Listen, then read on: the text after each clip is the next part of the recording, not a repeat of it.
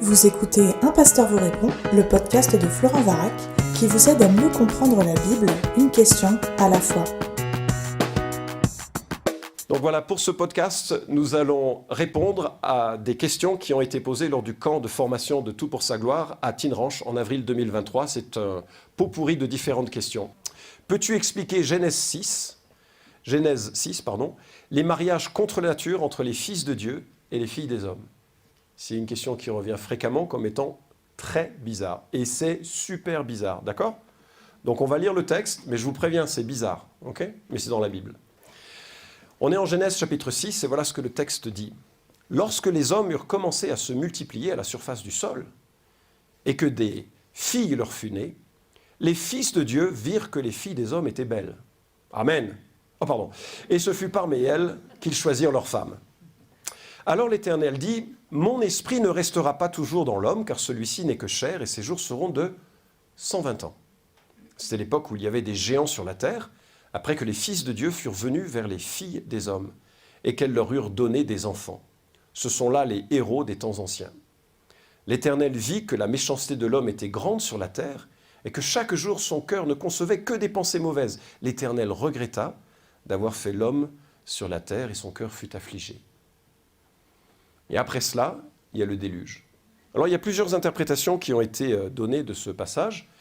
La première, c'est de considérer que les fils des hommes, c'est en référence à des gens de la lignée de Seth qui prennent des femmes parmi la lignée de Caïn. Et qu'il y aurait une sorte d'opposition entre des mariages entre des gens bien et des gens pas bien. Ce qui n'est pas bien. D'ailleurs, si vous vous mariez, vous devez marier quelqu'un de bien, sinon c'est pas bien, d'accord? C'est un peu l'idée. C'est la lecture la plus, je dirais, la plus humaniste ou la plus scientifiquement probable, acceptable, parce que on voit pas quelque chose de particulier dans ces fils de Dieu, et c'est quelque chose de plus facile à comprendre. Le problème, c'est que ça ne gère pas la question des géants, et ça ne gère pas non plus la question du déluge qui vient après. Parce que Genèse 6 forme l'arrière-plan théologique ou historique du déluge qui va ensuite frapper la terre. Pour moi, ce n'est pas la bonne piste. Il y a une deuxième piste qui est proposée, ce sont des leaders humains divinisés. Dans le sens où les gens qui avaient, les présidents de république, les dictateurs des pays, parfois on considère qu'ils sont des grands boss, des big boss. Et donc les fils de Dieu ici, ce seraient les big boss qui auraient commencé à vouloir structurer le monde. Le problème, c'est que c'est un peu normal qu'ils trouvent les femmes belles et qu'ils veulent les épouser, quoi. C'est un peu disproportionné ce qui se passe par rapport à ça. Et l'autre possibilité, c'est de laisser le Nouveau Testament. Vous vous souvenez, on a parlé du principe organique de la Bible, c'est-à-dire qu'on va laisser la Bible expliquer la Bible. C'est un passage étrange, et nous avons l'expression « fils de Dieu » en hébreu « Béné Elohim », qui ne se trouve que 4 fois dans l'ensemble de la Bible. Et les 4 fois, ça désigne des êtres angéliques. Et si cette lecture est bonne, on est vraiment à la frontière de ce que les mythes peuvent nous avoir rapporté, peut-être ce que les géants ici, des temps anciens, ou ces personnages un peu étranges des temps anciens nous viennent, c'est qu'il y aurait eu des êtres démoniaques qui aient voulu s'accoupler et prendre une dimension physique pour avoir une progéniture avec des femmes, et que ça, c'est une frontière sur laquelle Dieu dit « on a un gros problème si vous faites ça ». Pourquoi? Vous vous souvenez que la lecture de la Bible, elle est rédemptrice, n'est-ce pas?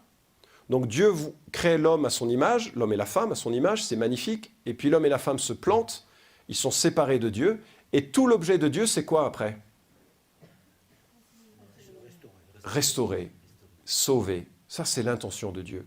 La restauration des êtres humains. Si les démons ont réussi à créer des êtres hybrides, les êtres hybrides, comment peuvent-ils être sauvés? Pourquoi? Parce que ce n'est qu'en devenant homme que Dieu va pouvoir sauver des hommes.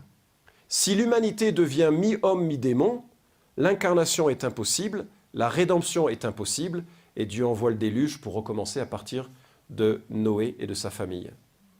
Et ça, c'est une lecture qui nous est proposée par 2 autres textes, celui de Jude et celui de 2 Pierre. Donc on va lire Jude et 2 Pierre rapidement, je ferai quelques remarques. On ne va pas rester trop longtemps, je suis conscient que c'est une question un petit peu bizarre.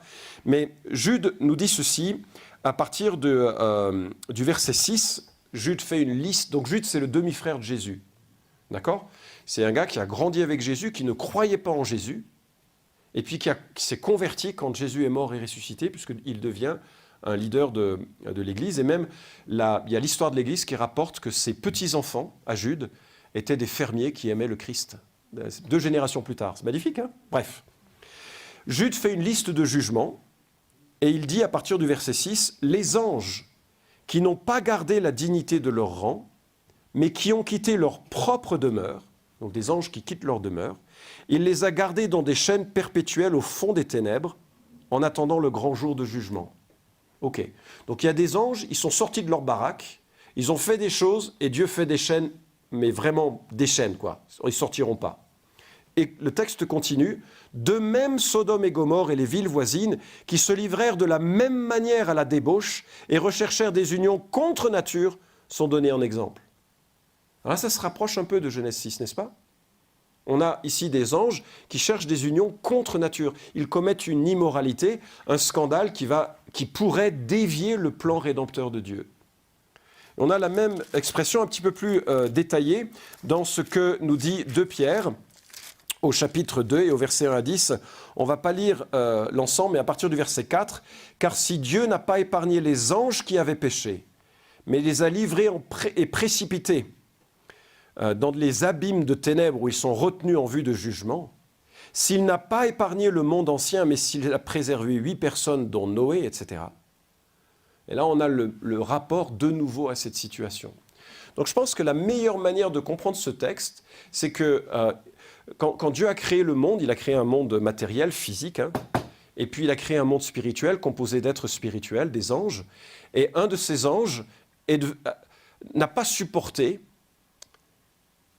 que l'être humain soit le représentant de Dieu. Si je vous raconte l'histoire de cette perspective, c'est comme ça. Le diable était avant l'ange peut-être le plus beau, le plus grand, le plus fort, voilà. Magnifique.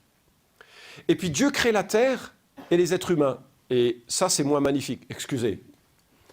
Et le truc de fou, c'est que Dieu dit qu'il crée l'homme et la femme à son image, à sa ressemblance. Ça veut dire quoi, son image ? Ça, c'est le truc de ouf. L'image, c'est la représentation. À l'époque du Moyen-Orient, quand un roi voulait délimiter son territoire, il plaçait son image au bout de son territoire en disant « c'est à moi ». Donc quand Dieu dit qu'il fait l'homme et la femme à son image, il dit « l'homme et la femme, ce sont mes représentants ».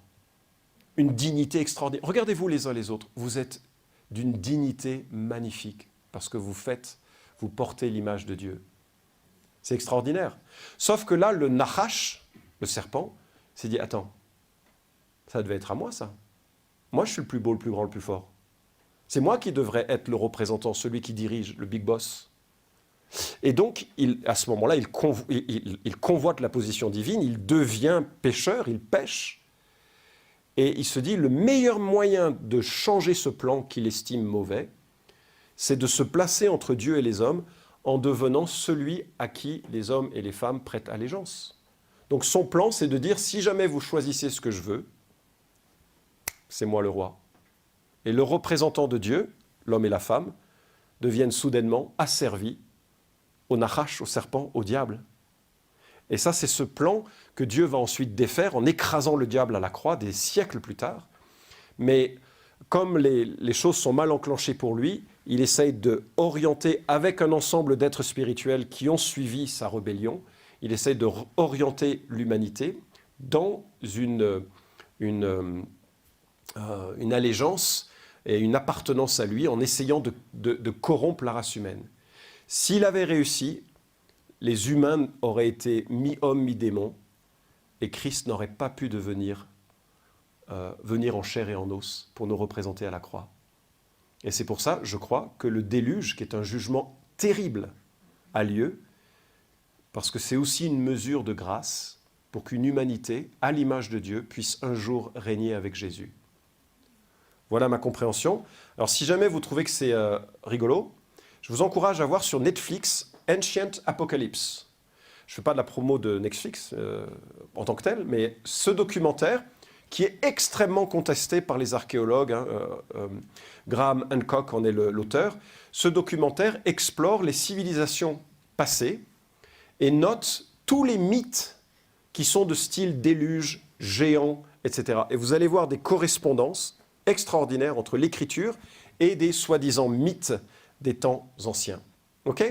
Donc voilà ma réponse. Elle n'est pas forcément la bonne. La bonne réponse, c'est celle de Dieu. Et moi, je suis juste qu'un interprète. Et la bonne réponse, c'est celle de votre Église également. Ok ? Donc c'est juste quelques remarques. Mais ça nous permet d'entrer dans une deuxième question, parce qu'on va être là dans une série, enfin juste 2 questions qui nous envoient très longtemps en arrière. Quelqu'un a posé la question très intéressante, elles sont toutes intéressantes les questions. Il y a environ 2 millions d'espèces inventoriées sur Terre et environ 8 à 20 millions estimées. Partant de là, comment Noé a-t-il pu abriter toutes les espèces dans son arche? C'est une bonne question ça, non? Qui l'a posé? Non. Alors, c'est anonyme, c'est anonyme. Il y a un groupe un peu illuminé qui a décidé de construire l'arche aux dimensions bibliques. D'accord? Donc si jamais vous allez aux États-Unis, près de Louisville, dans le Kentucky, vous pouvez voir le Ark Encounter. Et c'est une barque qui fait 155 mètres de long, 26 mètres de large, 15 mètres de haut, c'est-à-dire quelque chose comme 8 étages. C'est ça l'arche de Noé. C'est pas le petit bateau, c'est pas la barque du pêcheur. Hein, c'est massif. C'est massif. C'est probablement pour ça d'ailleurs que dans le texte précédent, on a lu que Dieu dit à Noah 120 ans. C'est la limite. On se demande, est-ce que c'est la limite de vie des êtres humains? Ou est-ce que c'est dans 120 ans le déluge arrive? Moi, c'est ma compréhension. C'est-à-dire qu'il a fallu pas mal de temps pour construire l'arche. Je ne sais pas, on verra. On demandera à Noé quand il sera avec lui. Mais en tout cas, c'est un immense musée. Alors, quand on parle maintenant d'espèces, il faut savoir qu'il y a effectivement 1,8 million d'espèces, mais 98% sont des espèces marines, et qu'il existe 34 000 espèces terrestres. Mine, en hébreu, déjà doit nous faire réfléchir, est-ce que l'on parle d'espèces ou de familles? Par exemple, le loup et le chien peuvent très bien s'expliquer dans une différenciation génétique à un moment donné, mais ils font partie d'une même famille, d'accord? Le cheval et le zèbre, par exemple, est différent de la baleine. Je n'ai pas besoin de le démontrer. Par ailleurs, lorsque les gens disent « ouais, mais c'est n'importe quoi, si alors et puis les dinosaures, alors les dinosaures. Effectivement, les dinosaures posent un problème, sauf que le mot dinosaure, c'est grand lézard. Et on sait que la maturité sexuelle des lézards est très tôt. Et donc, ils n'avaient pas besoin d'avoir la taille des mastodontes pour rentrer dans l'arche, parce que c'est vrai qu'un diplodocus, ça vous coule l'arche. Ça aurait été dommage. Mais sauf que le diplodocus, il peut être petit et mature sexuellement tôt. Donc, ce n'est pas forcément un argument. Évidemment, ça ne satisfait jamais pleinement. Et il y en a qui disent « non, mais le déluge, c'est un déluge local ». Moi, je ne construis pas un bateau pour un déluge local. D'accord? Et je ne m'occupe pas de mettre tous les animaux dedans pour un déluge local. La Bible, l'histoire de la Bible, alors on peut y croire ou ne pas y croire, je comprends. Mais quand on prend la Bible dans ce qu'elle présente, elle est quand même un peu plus exigeante. Je vous parlais de mythes. Savez-vous qu'il y a 200 mythes, je ne parle pas de par le monde, d'histoires bizarres, fausses, antiques, etc., qui parlent de déluge. Remarquez. L'épopée de Gilgamesh, c'est en Mésopotamie, c'est un texte, tous ces textes sont anciens. L'arche de Nu. Non, c'est Noé. Nu. Mais ça, c'est à Hawaï. C'est loin, c'est loin de la Mésopotamie. Le déluge de Noua. Noua ou Noé? C'est Noé, c'est pas Noua. Le déluge de Deucalion en Grèce, le déluge de Manu en Inde, le déluge Pachacuti chez les Incas, thaïlandais. Ça, c'est que quelques-uns des 200 mythes où il y a des tas de variations de cette histoire. Donc, une manière de regarder la chose, c'est de dire, c'est compréhensible que c'est une folie, cette arche. Et aujourd'hui, ça va à l'encontre de la narrative, le récit que l'on entend à l'école. L'homme il sortait à peine de son état de gorille. Et puis ensuite, après avoir cueilli suffisamment de baies, il s'est mis à construire des villes. Et puis quand il est devenu, il a fait des ordinateurs. Et puis il est comme nous maintenant. Mais ce récit-là, c'est pas comme ça que la Bible en parle. Et ce qui est intéressant, c'est que c'est pas non plus comme ça que l'histoire ancienne, et je vous renvoie en Ancient Apocalypse, semble formuler les choses. On n'a pas encore dit tout de l'histoire antique. Si ça vous intéresse, il y a une question sur les dinosaures sur TPSG. Il y a plusieurs doctorats qui ont été déposés maintenant sur la datation des os de dinosaures. Parce qu'en 1999 et 2000, Marie Schweitzer, qui est une paléontologue formée en biologie, a constaté, en examinant les coupes d'os de dinosaures, et notamment le Tyrannosaurus, voilà, je ne suis pas paléontologue, et elle a constaté des tissus mous. Ça veut dire quoi, des tissus mous? C'est-à-dire du collagène qu'elle pouvait pincer avec une pince, et ça pouvait augmenter en taille et se réduire. Elle a trouvé aussi des cellules sanguines. Et alors ça a été la consternation, parce que normalement ça ne doit pas survivre des millions d'années. La conclusion aujourd'hui, il y a eu plein d'expertises, de contre-expertises, tout le monde est d'accord, il y a bien des tissus mous dans les os de dinosaures. La conclusion scientifique aujourd'hui, c'est de dire, donc les tissus mous peuvent survivre des millions d'années. Et je comprends, c'est une hypothèse totalement logique. Sauf que certains ont voulu dire, si ce sont des tissus mous, il doit y avoir du carbone. Si on trouve du carbone 14, vous savez que la demi-vie du carbone 14 empêcherait sa présence sur des millions d'années. Mais si on trouve du carbone 14, on va pouvoir même dater les choses. Donc il y a plusieurs doctorats qui ont été menés, pas dans une optique de défense chrétienne, mais qui ont essayé de travailler là-dessus. Et ils ont découvert qu'on pouvait dater ces tissus mous parce qu'il y a du carbone 14. Il y a eu je vous passe les détails. L'article est sur TPSG, très bon site, je vous conseille. Et bref, juste pour dire qu'il y a certains éléments de conception du monde que l'on peut revisiter et qu'on va probablement revisiter dans les décennies qui viennent. On revient sur la question. Si on fait la liste des espèces qui ont pu rentrer dans l'arche, on arrive à peu près à 7000, on va dire. 7000 animaux qui sont rentrés dans l'arche. Les personnes qui sont occupées de recréer l'arche dans ses dimensions normales ont modélisé une arche remplie avec suffisamment d'espace pour cela et pour la nourriture qui les accompagnait. Moi, je n'ai pas fait cette expérience. Vous pouvez vous rendre sur ce site-là, découvrir comment ils ont organisé les choses. Je ne fais que citer ça. Je ne me suis pas amusé à faire une image en 3 dimensions. D'accord ? Donc, pour revenir à la question, est-ce légitimement possible? Je crois que c'est au moins possible. Après, que ce soit crédible, ça c'est une autre histoire et ça me dépasse. Je ne suis pas scientifique et c'est évidemment des choses qui me sont reprochées si jamais je parle de ces éléments. Mais c'est au moins possible qu'il y ait une conversation avec des gens qui, eux, sont scientifiques et qui se sont penchés sur la question et qui arrivent à des conclusions proches de l'écriture. Cet épisode vous a édifié ? Alors merci de le liker ou de le partager pour que d'autres puissent en profiter. Pensez aussi à vous abonner à la chaîne d'Un Pasteur vous répond pour ne manquer aucun des prochains épisodes. Enfin, si vous avez une question à poser à Florent Varac, écrivez-lui directement sur contact@toutpoursagloire.com.